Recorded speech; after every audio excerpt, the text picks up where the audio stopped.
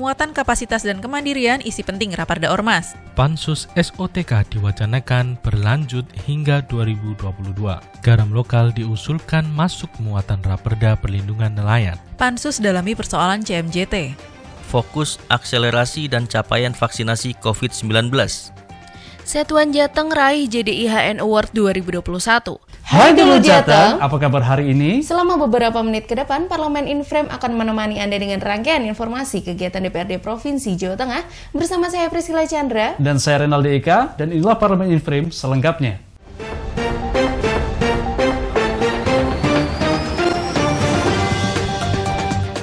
Dalam pembahasan Raperda Ormas, pemerintah daerah perlu menata kembali keberadaan Ormas. Badan Pembentukan Peraturan Daerah atau Bapemperda DPRD Provinsi Jawa Tengah menggelar rapat guna membahas Raperda Ormas di ruang rapat Bapemperda lantai 4 Gedung Berlian pada Rabu 1 Desember 2021. Rapat dipimpin Ketua Bapemperda Iskandar Zulkarnain dan Wakil Ketua Bambang Eko Purnomo serta turut hadir pula Kepala Badan Kesbangpol M. Hairudin. Dalam rapat itu, Zulkarnain secara panjang lebar menjelaskan Raperda Ormas merupakan raperda pertama di Indonesia yang telah diamanatkan sejak 2017. Masing-masing daerah diminta untuk membuat Raperda Ormas ini. Ia mengakui hak kebebasan berkumpul dan mengeluarkan pendapat selepas reformasi pada 1998 menjadikan organisasi-organisasi masyarakat bermunculan, mengingat aturan pembentukannya sangat dipermudah pemerintah. Seiring berjalannya waktu, menjamurnya Ormas dengan berbagai platform yang diusung, membuat kedodoran pemerintah. Terlebih kemunculan Ormas yang tidak sesuai dengan arah kenegaraan dan kebangsaan. Karena itulah pemerintah daerah perlu menata kembali keberadaan Ormas. Secara empirik pada 2021 ada 681 Ormas di Jawa Tengah. Dari jumlah tersebut sekitar 400-an Ormas telah terdaftar aktif, namun sisanya sekitar 280-an Ormas tidak terdaftar di Kesbangpol. Pansus SOTK mewacanakan pembahasan revisi Perda nomor 9 tahun 2016 diluncurkan pada tahun 2022. Panitia Khusus Susunan Organisasi dan Tata Kerja Provinsi Jawa Tengah mewacanakan pembahasan lanjutan revisi Perda nomor 9 tahun 2016 pada tahun 2022 nanti. Hal tersebut disampaikan Ketua Pansus SOTK Abdul Aziz usai rapat pembahasan Pansus dengan organisasi perangkat daerah terkait pada hari Rabu 1 November 2021. Pria asal Kabupaten Rembang itu menjelaskan, Pansus membutuhkan evaluasi mendalam terhadap perangkat daerah. Pihaknya telah memunculkan kebutuhan guna penyesuaian perumpunan dan kebutuhan layanan dasar pemerintah di beberapa sektor, terutama sektor pendidikan dan kesehatan.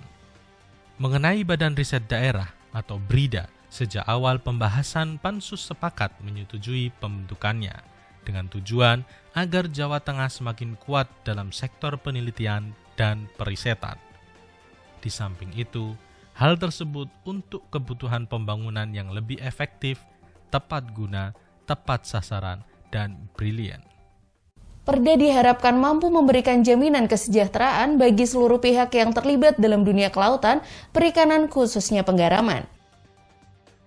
Peraturan daerah Perda diharapkan mampu memberikan jaminan kesejahteraan bagi seluruh pihak yang terlibat dalam dunia kelautan, perikanan, khususnya penggaraman. Ketua Pansus Perlindungan Nelayan Riono menjelaskan, salah satu bentuk jaminan yang bisa dimasukkan dalam Perda adalah intervensi membeli garam lokal. Demikian disampaikannya dalam rapat Pansus Perlindungan Nelayan dengan dinas terkait di ruang rapat pimpinan Gedung Berlian DPRD Provinsi Jawa Tengah pada Rabu 1 Desember 2021. Menurut Riono, problematika kelautan ini tak kunjung usai.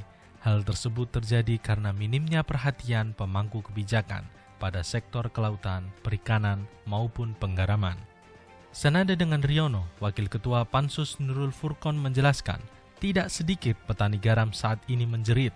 Bagaimana tidak, aset dia mulai berkurang, garam mereka menggunung, tetapi harga pasar hancur.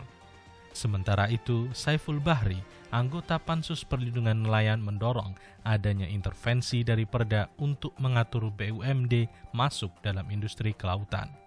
Hal tersebut bertujuan untuk memberikan pengaruh dalam pengelolaan harga pasar. Pansus melakukan rapat lanjutan bersama PD CMJT dalam rangka Raperda Perubahan Bentuk Hukum CMJT. Pansus melakukan rapat lanjutan bersama Perusda Citra Mandiri Jawa Tengah atau CMJT dalam rangka Raperda Perubahan Bentuk Hukum CMJT pada Kamis 2 November 2021. Dalam rapat itu, Dirut CMJT Agung Rohmadi dipersilahkan memberikan paparan seputar BUMD yang dipimpinnya. Disampaikannya dari audit kelayakan bisnis, ada 5 unit usaha yang perlu dipertahankan. Di antaranya Tlogo Resort Tuntang, SPBU, Pabrik Es, Apotik, dan Hotel Kesambi Hijau. Sementara, Edi Sulistyo Bramintyo selaku Kepala Biro Perekonomian Setda Provinsi Jawa Tengah mengakui, perkembangan kinerja CMJT cukup lambat. Untuk itu, pihaknya terus mendorong agar kinerja usahanya terus ditingkatkan. Dari beberapa unit usaha yang telah memaparkan laporan kinerjanya, anggota Pansus Bambang Eko Purnomo lebih menyoroti kinerja SPBU Sokaraja. Hal yang disoroti itu beberapa di antaranya tenaga kerja dan laporan keuangan SPBU. Anggota Pansus lainnya, Agung Budi Margono juga mengatakan seharusnya pihak SPBU lebih hati-hati dalam penyajian data. Karena dalam hal ini Komisi C meminta penjelasan atas data-data yang disajikan tersebut. Dalam rapat itu, Ketua Pansus Perubahan Bentuk Hukum CMJT Bambang Haryanto meminta semua unit usaha lebih melengkapi data real. Pihaknya akan memberi waktu kepada CMJT untuk mengkoordinasikan semua unit usahanya. Pansus COVID-19 melakukan sinkronisasi data dan akselerasi data atas capaian vaksin di Jawa Tengah. Pansus Penanggulangan COVID-19 menggelar rapat kerja dengan Dinas Kesehatan dan Rumah Sakit Provinsi Jawa Tengah pada Selasa 1 Desember 2021.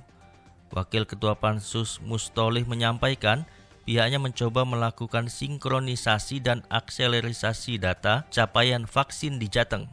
Karena arahnya pada pencapaian kekebalan komunal, kalau itu sudah tercapai, tentunya situasinya akan menjadi lebih baik. Selanjutnya yang diperlukan adalah menggenjot vaksinasi dosis kedua supaya seimbang, karena kondisi masih timpang antara capaian vaksin dosis pertama dan kedua. Ketimpangan tersebut bukan semata keterbatasan pemerintah Jateng, tapi juga ada kendala penyaluran dari pemerintah pusat. Sesuai dengan laporan Dinas Kesehatan dan beberapa rumah sakit, Mustolih berharap pada akhir tahun capaiannya sudah lebih bagus lagi. Setwan Provinsi Jateng berhasil meraih penghargaan terbaik kedua JDIHN Award 2021 di Jakarta. Sekretariat DPRD atau Setwan Provinsi Jawa Tengah berhasil meraih penghargaan Jaringan Dokumentasi dan Informasi Hukum Nasional atau JDIHN 2021 terbaik. Penyerahan JDIHN Award dari Badan Pembinaan Hukum Nasional atau BPHN itu digelar di Ballroom Hotel Grand Mercure Jakarta Pusat pada Kamis 2 Desember 2021. Pada kesempatan tersebut, Sekretaris DPRD atau Sekwan Provinsi Jawa Tengah Urip Sihabudin didampingi Kabag Humas Setwan Suwondo menerima penghargaan JDIHN Award 2021 itu. Dalam hal ini, Urip memberikan apresiasi terhadap kinerja anggota JDIH. Menurut dia, hal itu merupakan hasil kerja bersama sehingga dapat mencapai prestasi terbaik kedua dari DPRD seluruh Indonesia. Sebelumnya, acara JDIHN Award 2021 dibuka oleh Kepala BPHN Profesor Widodo Eka Cahyana. Dalam sambutannya, ia menyampaikan bahwa fungsi JDIHN yakni melakukan koordinasi pembinaan dan evaluasi terhadap seluruh anggota JDIHN. Acara JDIHN Award 2021 di Jakarta itu sekaligus sebagai pertemuan nasional pengelola jaringan dokumentasi dan informasi hukum dengan tema JDIHN Menyongsong Digital Government. Hadir pula dalam acara itu Menteri Hukum dan Hak Asasi Manusia Profesor Yasona Hamonangan Lauli yang diberi kesempatan untuk menyerahkan penghargaan bagi anggota JDIHN terbaik 2021. Alhamdulillah, Sekretariat DPR Jawa Tengah telah diberikan penghargaan oleh Bapak Menteri Hukum dan HAM atas prestasinya untuk mengelola JDIH terbaik di tingkat DPRD Provinsi se-Indonesia. Ini merupakan hasil kerja keras teman-teman semuanya tentu, dan tentu arahan juga dari pimpinan dan anggota DPRD Jawa Tengah.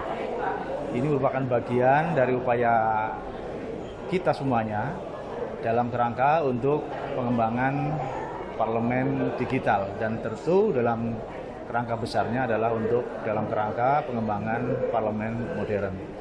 Oleh karena itu, saya tentu menyampaikan terima kasih kepada semuanya, pada teman-teman dan juga pimpinan dan anggota DPRD Jawa Tengah yang telah memberikan arahan dan bantuan untuk pengembangan jaringan informasi hukum, terutama di DPRD Jawa Tengah ini. Saya Priscila Chandra. Saya Renaldi Eka. Terima kasih atas perhatian Anda. Salam Berlian TV, Aspiratif, informatif.